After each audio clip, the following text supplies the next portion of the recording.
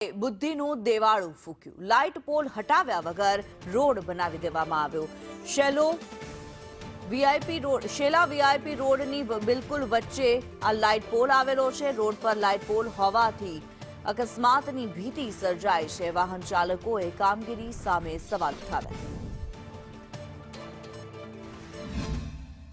આ રાતે બહુ જોખમવાળું કામ છે કે કોઈને થાંભલો દેખાય નહીં તો માણસ તરત જ ભટકાઈ જાય છે, બરોબર છે. એની સાચી વાત છે. અને આના વાયરના ઉપરના વાયર કાઢીએ અને હટાવવો જ જોઈએ થાંભલો, એ વાત સાચી વાત.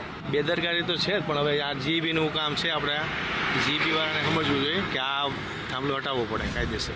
અમદાવાદ મહાનગરપાલિકા દ્વારા બુદ્ધિનું દેવાળું ફૂંકવામાં આવ્યું હોય તે પ્રકારની સ્થિતિ જે છે તે જોવા મળી રહી છે.